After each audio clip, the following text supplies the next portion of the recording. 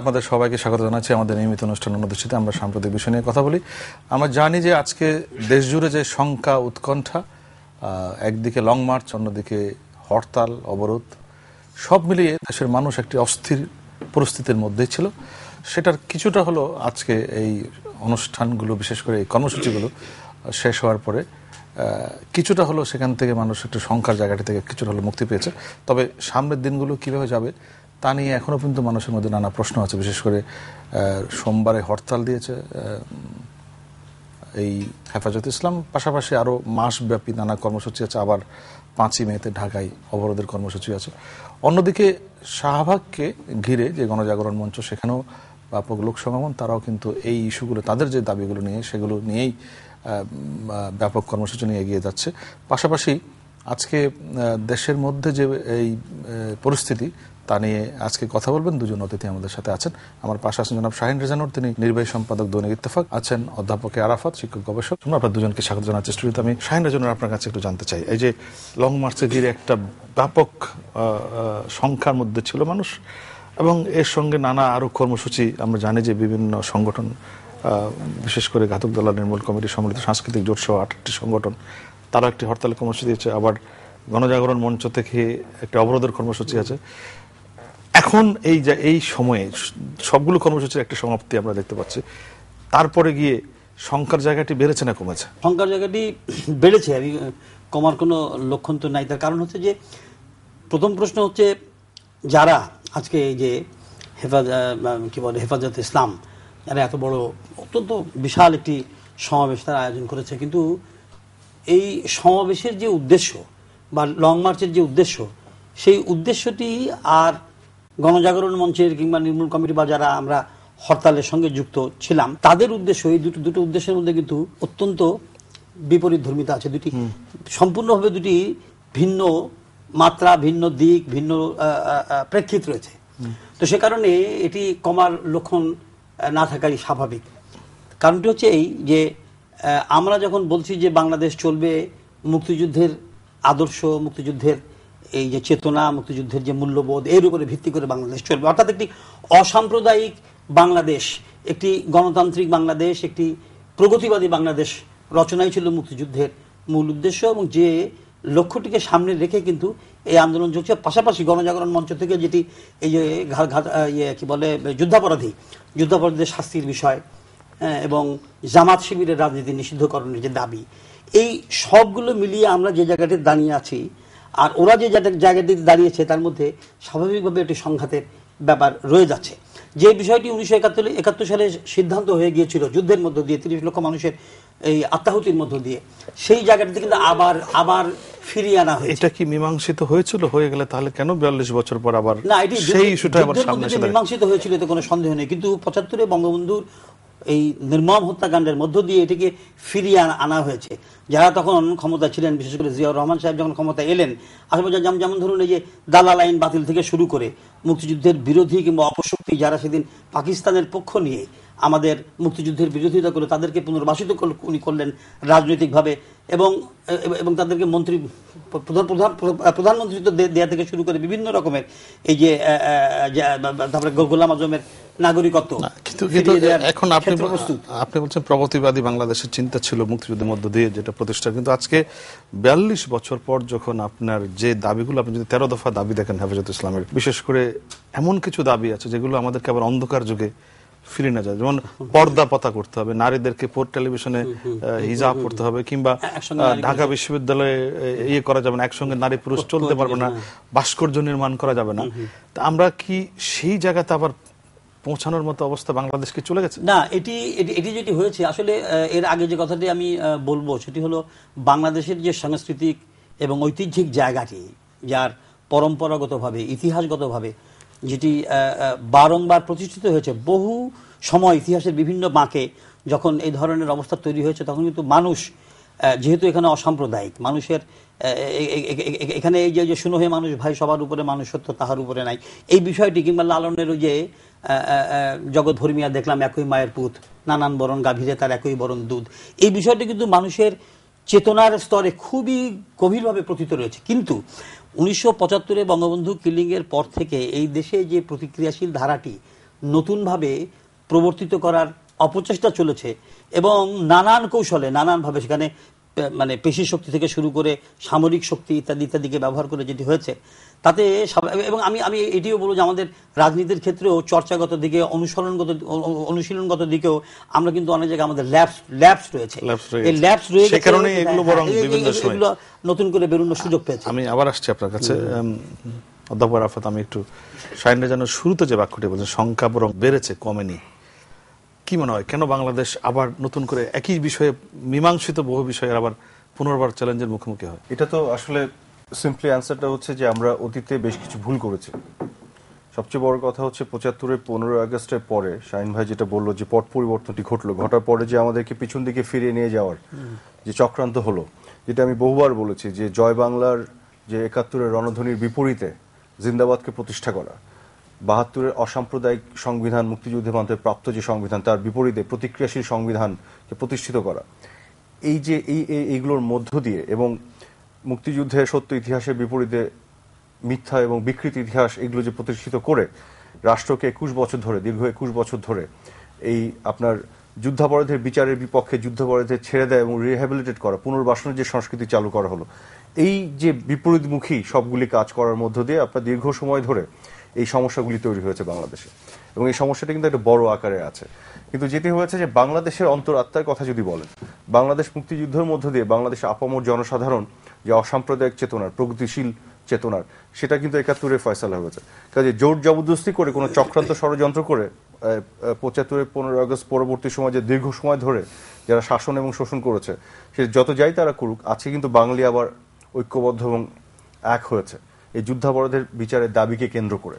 আমরা কিন্তু ধীরে ধীরে, এবং আপনি দেখেন সামরিক শাসকরা যে পঞ্চম সংশোধনী বিভিন্ন সংশোধনী করেছিল এক কলমের খোঁচায় কোনো বৈধতা ছাড়া, সেগুলোকেও কিন্তু কোর্টের মাধ্যমে আপনার বাতিল করার মধ্য দিয়ে আমরা কিন্তু কিছুটা পরিশুদ্ধ করে নিচ্ছি।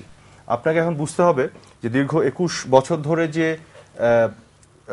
যে চক্রান্ত করে আমাদের মূল জায়গা থেকে আমাদেরকে সরিয়ে নেওয়া হয়েছে যেই সব জায়গাতে, সেখান থেকে আমরা আবার সেগুলোকে চ্যালেঞ্জ করে আমরা আমাদের মানে অরিজিনাল যে রুট বাংলাদেশে সেখানে ফিরে যাচ্ছি।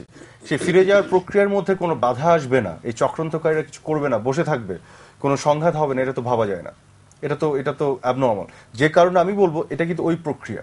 আমরা একটা স্বাধীন প্রগতিশীল আধুনিক বাংলাদেশ তৈরি করার জন্য আমরা আন্দোলন করেছি, মুভমেন্ট করেছি, কিন্তু ৭১-এ কিন্তু যুদ্ধও করতে হয়েছে। এই যে বড় যে বিষয়টি, এখন কিন্তু দ্বিতীয় এই ধরনের একটি মুক্তিযুদ্ধ বা এই ধরনের যুদ্ধের মধ্যে আমরা চলে যাচ্ছি এবং এটি খুব শান্তিপূর্ণ হবে না। কিন্তু এটা যদি ভাবি আমরা বোকার স্বর্গে বসবাস, কিন্তু একটা দেশের মধ্যে যদি আপনি বলছেন এটা আরেকটি যুদ্ধ, আমি যুদ্ধ বলছি না যে মুক্তিযুদ্ধের মতন ওরকম কিছু একটা, কিন্তু এই যে এক ধরনের পেইনের মধ্যে দিয়ে আমাদের অ্যাপারেন্টলি সাময়িকভাবে হলেও যেতে হবে যদি আপনি ওয়ান্স অ্যান্ড ফর অল এটাকে আপনি সেটেল করতে চান। যেমন অনেকে বলে দুই নেত্রী বসে না কেন, সংলাপ করলেই তো হয়ে যায়। আমার কাছে এটা খুব বোকামি মনে হয়। দুই নেত্রী বসে সংলাপ করলে হয়ে যাবে? আদর্শের জায়গাটি তো একেবারেই বিপরীত। এবং আপনাকে আমি বলি দাদা, আপনি যখন বসে সংলাপ করবেন, এই সংলাপে কি বলবেন? আপনাকে তো কিছু দিতে হবে, কিছু নিতে হবে। সংলাপ কথা বললেই তো হয়ে যাবে না, কিছু তাদের চাওয়া আছে, কিছু দেওয়ার ব্যাপার আছে। এখন তারা কি চায়, কি চাইতে পারে, তাদের যে অবস্থান, মানে সার্বক্ষণিকভাবে যুদ্ধাপরাধের মুক্তি দেওয়ার ব্যাপারে তারা বলছে, যুদ্ধাপরাধের বিচারকে তারা প্রশ্নবিদ্ধ করার চেষ্টা করছে বিভিন্ন ষড়যন্ত্র করে। তার মানে তো যুদ্ধাপরাধীদের এখন এই সংলাপ যদি সফল হতে হয়, তাহলে আমাদের খালেদা জিয়া যুদ্ধাপরাধীদেরকে ছেড়ে দিতে বলবেন এবং সেটি শেখ হাসিনাকে মানতে হবে। খালেদা জিয়া তার দুই পুত্রের করাপশনের যে বিষয়গুলি আছে এগুলো ছেড়ে দিতে বলবেন। খালেদা জিয়া আবার সংবিধানকে বলবেন যে প্রতিক্রিয়াশীল সংবিধান করো, এই যে ১৩ দফা যেগুলো দিয়েছে হেফাজতে ইসলাম, বলবে এগুলো বাস্তবায়ন করো। তো এখন যে জায়গাগুলি যেগুলো তারা চায়, সেই জায়গাগুলো তো সেগুলো তো দেওয়া সম্ভব না, কাজে সংলাপ আপনার সফল হবে না। এইটা কিন্তু আপনার একটা এই সুরাহা কিন্তু হবে আপনার একটা সংঘাত, বলবো না আমি, একটা ব্যাটলের মধ্যে দিয়ে।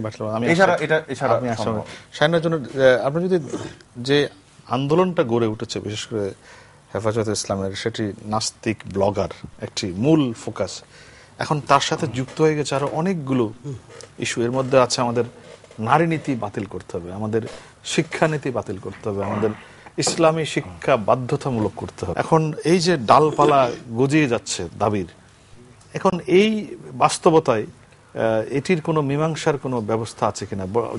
যদিও বলছেন যে একটি দ্বিতীয় মুক্তিযুদ্ধের কথা বলছেন, এটা মীমাংসা আবু আরাফাত। সম্ভব না, আপনার বসে আলাপ আলোচনা করে হবে না, তাহলে এটা কিভাবে হবে? না, আপনি- কারণ এর মধ্যে জড়িয়ে যাচ্ছে কিন্তু আবার ধর্ম, হ্যাঁ, অবশ্যই, অবশ্যই, সবই ধর্মটাই- ধর্মটা একটা ফোকাস হয়ে যাচ্ছে, যেটি Right. অতীত বিভিন্ন সময় হয়েছে। আসলে এই যে হেফাজতে ইসলাম কিংবা জামাতে ইসলাম, শিবির, এরা যে সমস্ত দাবি দাওয়া, এই যে নাস্তিকের কথাটি বলেন, ব্লগারদেরকে ঢালাওভাবে নাস্তিক বলা, বা শাহবাগ চত্বরে যারা যাচ্ছে লক্ষ লক্ষ মানুষ, তারা সবাই নাস্তিক, এই ধরনের একটি ধোঁয়া তুলে তারা যে আন্দোলনটি গড়ে তুলেছে, এখানে আমার কাছে ওই যে সার্ভেন্তেজের, স্প্যানিশ ঔপন্যাসিক সার্ভেন্তেজের যে বিখ্যাত ডন কিহোতে বা ডন কুইকসট যে উপন্যাস, তার মধ্যে আপনার যে মেইন ক্যারেক্টার ডন কুইকসট যে কাল্পনিক যুদ্ধ প্রতিপক্ষের সঙ্গে মানে করতে দেখি আমরা, তেমনি আমার কাছে যেন মনে হয় যে একটা কাল্পনিক একটি যুদ্ধের অবতীর্ণ হয়েছে পার্টিকুলার পারপাস নিয়ে, এবং এই পারপাসটি হচ্ছে এই যে কথাগুলো আপনি বললেন, কাল্পনিক যুদ্ধের কিন্তু কাল্পনিক যুদ্ধ পেছনে বলতে- কিন্তু মদতদাতা আছে, আমি উদ্দেশ্যমূলক। সে কথাই বলছি যে এই কাল্পনিক যুদ্ধ, অর্থাৎ যারা মাদ্রাসা থেকে বেরিয়ে এই যে হাজার হাজার কোমলমতি ছেলেপেলেরা, যারা স্কুল পর্যায়ের বয়স যাদের, তাদেরকে বের করে এনে যখন রাস্তায় দাঁড় করানো হচ্ছে এবং ইসলাম রক্ষার এবং নাস্তিক বধ করার জন্য,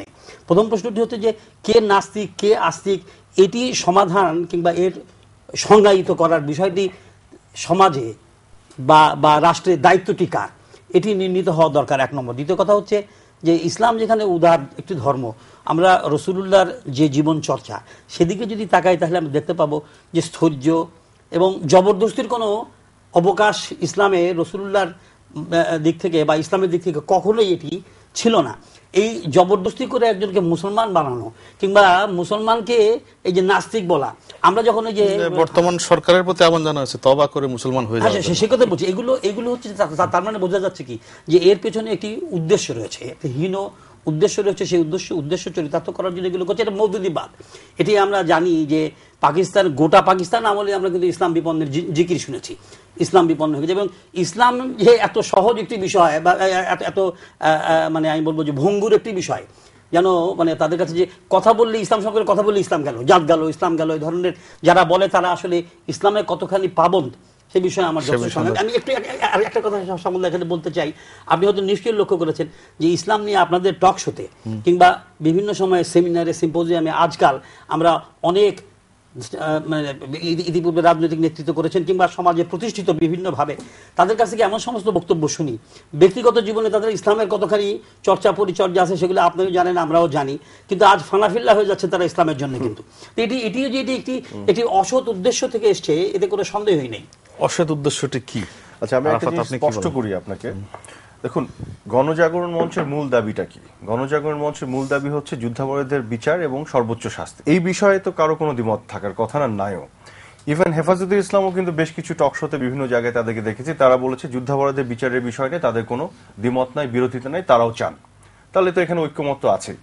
আবার দেখুন, তারা যে বলছে যে ইসলামের অবমাননাকারী বা ধর্মের অবমাননাকারী যে বিষয়টি, তাদের বিপক্ষে তাদের একটা অবস্থান আছে হেফাজতে ইসলামের, এবং তারা শাস্তি চায়। সেই বিষয় নিয়ে গণজাগরণ মঞ্চেরও কোনো বিপক্ষ অবস্থান নেই।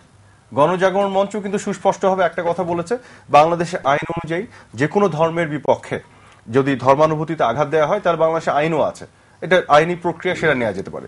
এবং আপনি যখন, এটা কিন্তু শুধু ইসলাম ধর্মের বিপক্ষে না, আপনি যখন হিন্দুদের মন্দির ভেঙে দিচ্ছেন, আপনি তাদের ধর্মানুভূতিতে আঘাত করছেন না, সেটাও তো আইনি প্রক্রিয়ায় তার বিচার হতে হবে।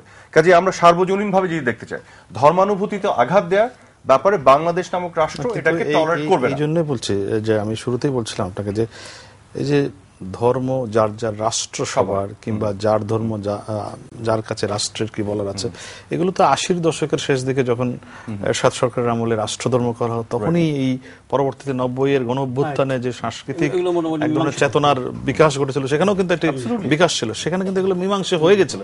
কিন্তু আজকে এসে আবার তখন আবার নতুন, আপনি দেখুন একই খেলোয়াড়রা কিন্তু আবার মাঠে না। আমি ওখানে আপনাকে দেখেন, ইন্টারেস্টিং জায়গাটা আপনি খেয়াল করেন, যুদ্ধাপরাধের বিচারের সর্বোচ্চ রায়ের যে দাবি গণজাগরণ মঞ্চে, সেই বিষয়ে কোনো দ্বিমত নেই, হেফাজতে ইসলাম বলছে।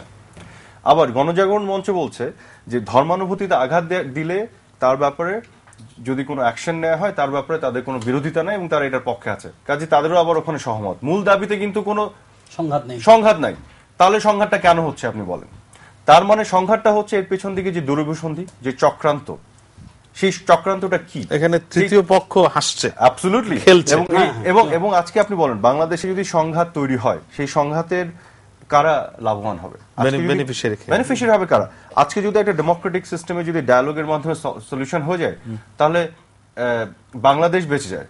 কিন্তু যদি সংঘাত তৈরি হয়, বাংলাদেশ এখানে বিপর্যয়ের সম্মুখে পড়বে। কিন্তু এখানে বাঁচার চেষ্টা করবে কারা? এই যুদ্ধাপরাধীরা, এই যুদ্ধাপরাধী সংগঠনরা, যারা আজকে তাদের অতীত কর্মকাণ্ড এবং দীর্ঘদিন ধরে বাংলাদেশে যে অপকীর্তি এবং পাপ তারা করেছে, সেই পাপের প্রায়শ্চিত্ত এবং সেই পাপের বিচার প্রক্রিয়া যখন চলছে এবং তার শাস্তি দেওয়ার যখন বিষয়টি আজকে সর্বাগ্রে সার্বজনীনতা পেয়েছে, তখন তারা এই সংঘাত তৈরি করে, পানি ঘোলা করে তারা বাঁচার চেষ্টা করছে।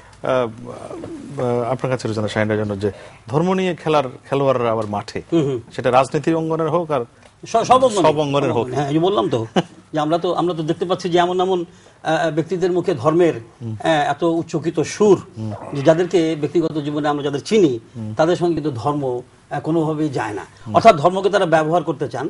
আর বিশেষ করে বাংলাদেশ, আমি যেভাবে বিষয়টিকে দেখি, সেটা ৭৫-এর পরে বিশেষ করে যেটি হয়েছে সেটি হলো যে যারা মুক্তিযুদ্ধের সুফল তারা মানে নিজেদের ঘরে নিয়ে গেছেন কোনো না কোনোভাবে, ওই যেটা বদরুদ্দিন উমর সাহেব লুম্পেন বুর্জুয়া বলে একটি শব্দ উনি ব্যবহার করেন, অর্থাৎ নানানভাবে রাষ্ট্রটিকে ব্যবহার করে, দুর্বৃত্তায়িত করে এবং রাষ্ট্রের পৃষ্ঠে ছুরিকাঘাত করে যারা আজকে তাদের বিত্ত বৈভব, তার পাহাড় চূড়া পরিমাণ বিত্ত বৈভব গড়ে তুলেছে, তারা অর্থাৎ সেই শাসক গোষ্ঠী স্বাভাবিকভাবেই তাদের ভেতরে একটি বিষয়ে কাজ করে, সেটি হচ্ছে যে এটিকে এইভাবে জিইয়ে না রাখলে তাদের শক্তি, তাদের প্রভাব এবং কর্তৃত্ব বজায় থাকবে না।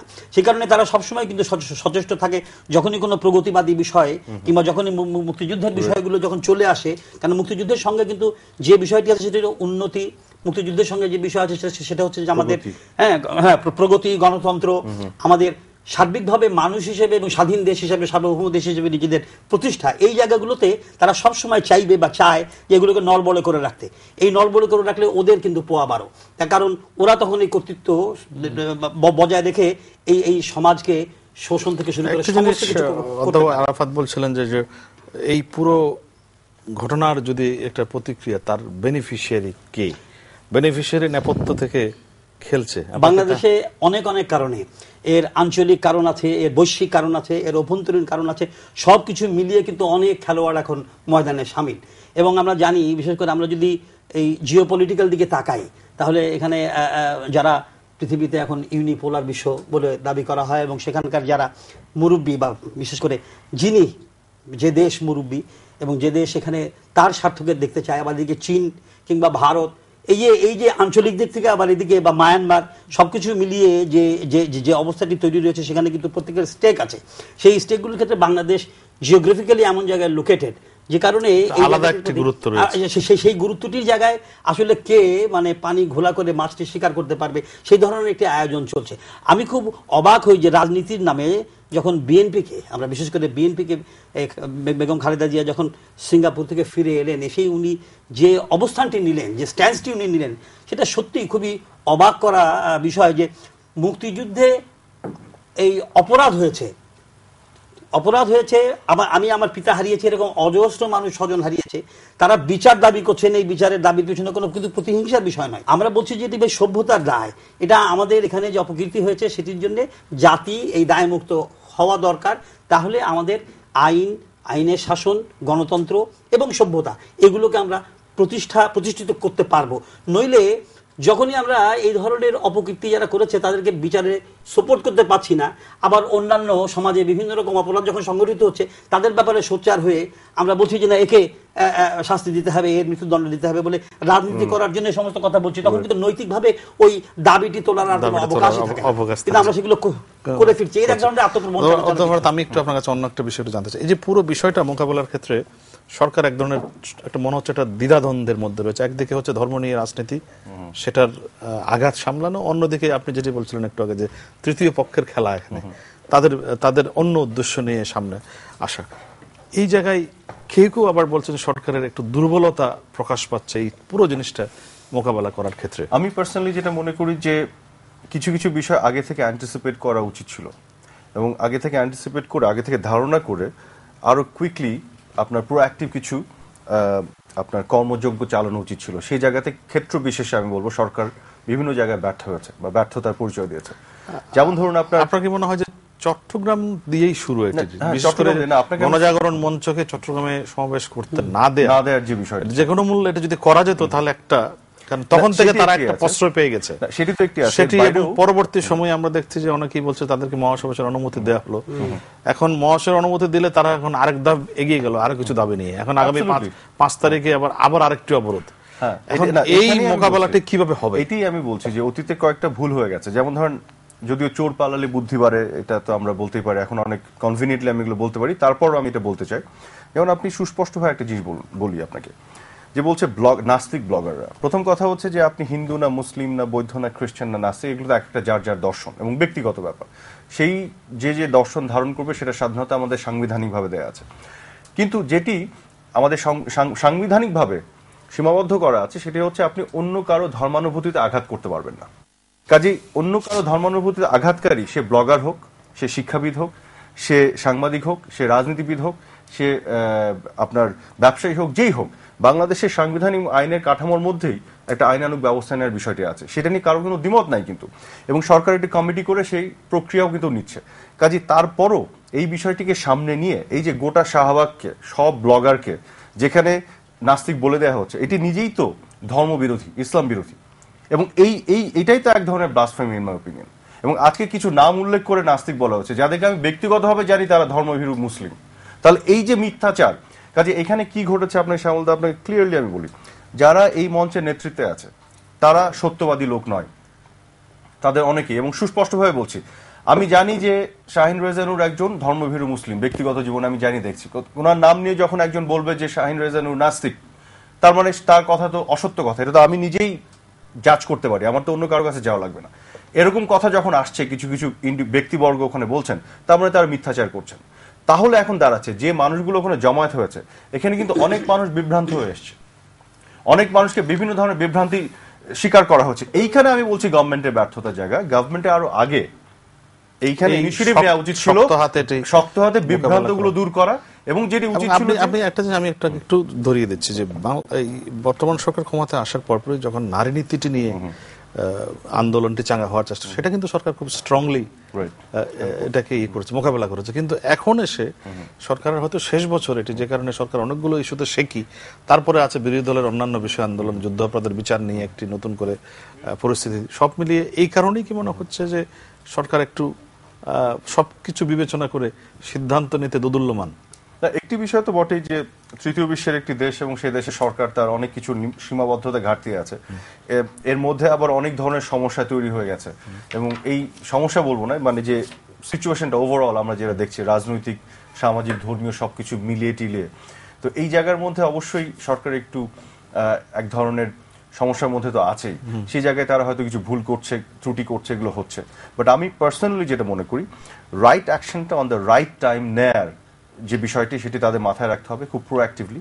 এবং ফাইনালি এসে কোনো অ্যাকশনে যদি কাজ না করে, তাহলে ন্যায্যতার স্বার্থে যদি রাইট অ্যাকশন, সেটি খুব বোল্ডলি, শক্তভাবে তাদের দাঁড়াতে হবে, নিতে হবে।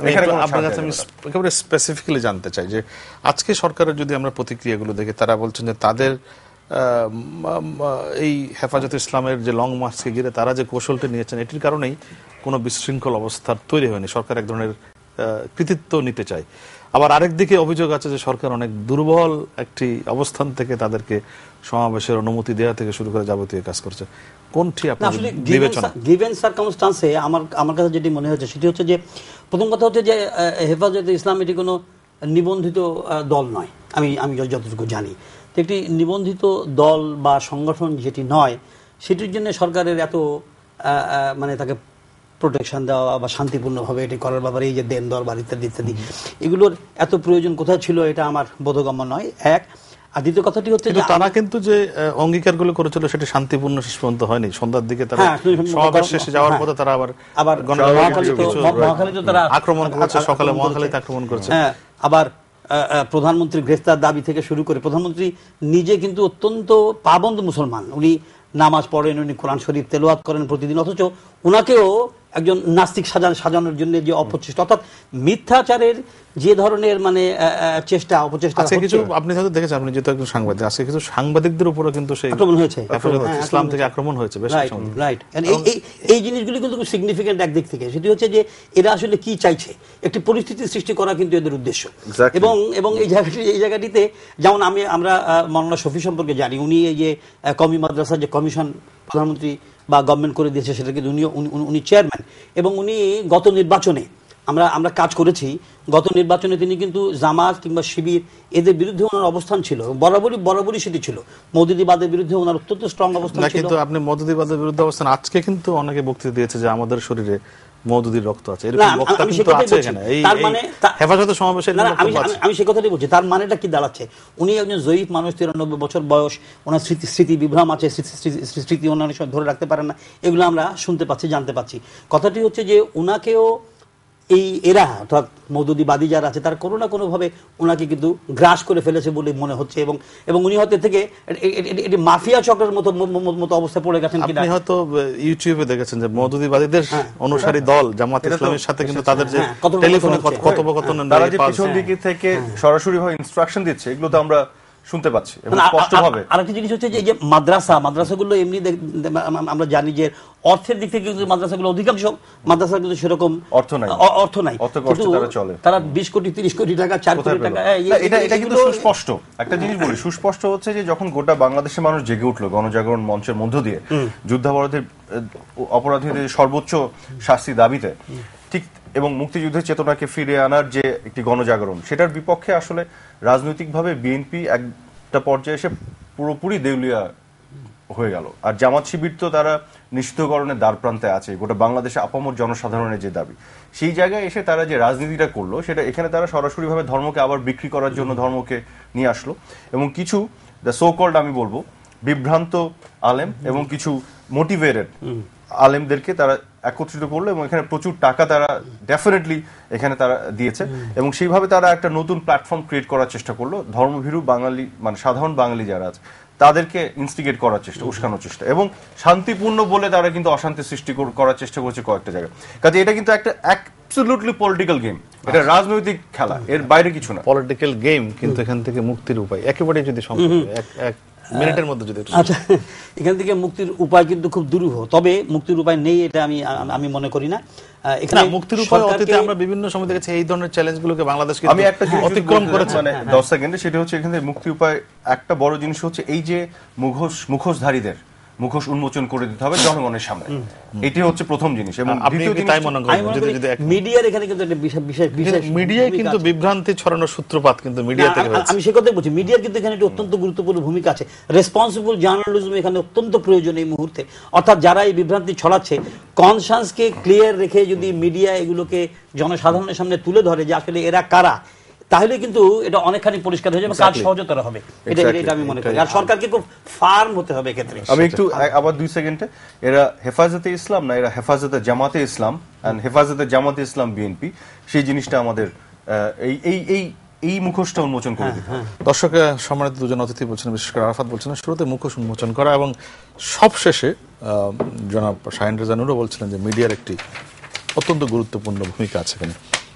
বাংলাদেশ একটা বিভিন্ন সময় অনেকগুলো চ্যালেঞ্জের মুখোমুখি হয়, আমরা অতীতেও এই চ্যালেঞ্জ দেখেছি বাংলাদেশের সামনে, কিন্তু সৌভাগ্যের বিষয় একটি বিভিন্ন সময় এই চ্যালেঞ্জগুলোকে বাংলাদেশ অতিক্রম করেছে। সেটি শাহীন রেজা নূর যেটি বলছেন, সরকারের আরও কিন্তু কঠোর ভূমিকা, পাশাপাশি দেশের সকল মানুষের বিবেক বুদ্ধি বিচারবোধ বিবেচনাবোধ ইত্যাদিকে যদি সক্রিয় করি আমরা, তাহলে কিন্তু অনেকখানি আমরা এই ধরনের বিভ্রান্তি থেকে বেরিয়ে আসতে পারবো সে আশাই করছি। শাহীন রেজা নূর এবং অধ্যাপক আরাফাত, আপনার দুজনকে ধন্যবাদ জানাচ্ছি আজকের এই আলোচনা শোনার জন্য। দর্শক, আপনাদেরকে ধন্যবাদ অনুষ্ঠান দেখার জন্য।